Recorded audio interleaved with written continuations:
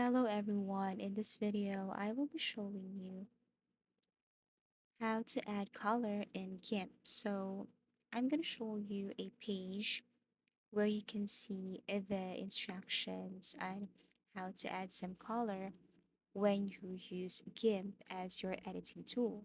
So first, of course, you have to launch the color picker. This is the area that shows two colors, the foreground and the background color. So all you have to do is to click the foreground color, which as you can see on the right side.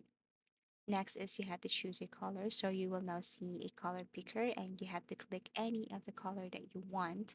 So all you have to do is to point your mouse to that specific color. And then after that, number three, complete the color selection. So once you're happy with your color selection, you just have to click.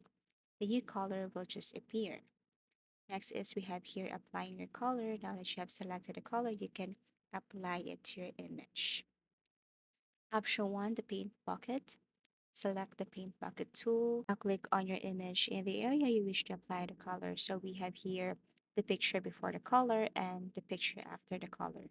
Next option we have here is drawing and paint tool. So this is automatically set at the current foreground color. If you want to add something to your image like a paint or like a blush, all you have to do is paint tools in order for you to simply add that color to your image. Now, once you know how to add color to your GIMP, then you can now simply go to the search bar and launch your GIMP editing tool.